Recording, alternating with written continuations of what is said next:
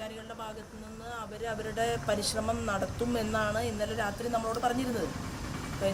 എന്നെ സംബന്ധിച്ച് ഞാൻ ഈ പോലീസിൻ്റെ രക്ഷാകവചത്തിനകത്ത് പ്രവർത്തിക്കാമെന്ന് വാക്ക് കൊടുത്തിട്ടുള്ള ഒരാളല്ല.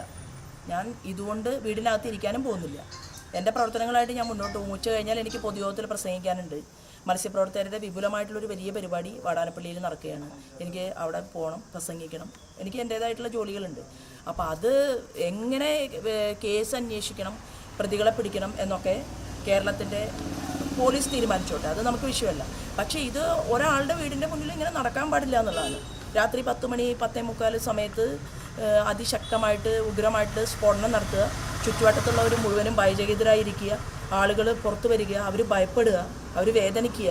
അപ്പോൾ അത് നമുക്ക് വളരെയധികം അതൊരു നോർമലൈസ് ചെയ്തിട്ട് കാണാൻ പറ്റുന്നില്ല എന്നുള്ളതാണ്. അപ്പോൾ അത് അവരുടെ ഡ്യൂട്ടി ചെയ്യാൻ അവർ തയ്യാറാവുകയാണെങ്കിൽ തയ്യാറായിക്കോട്ടെ. അവർ ഡ്യൂട്ടി ചെയ്താലും ചെയ്തില്ലെങ്കിലും നമ്മൾ മുന്നോട്ട് പോകും.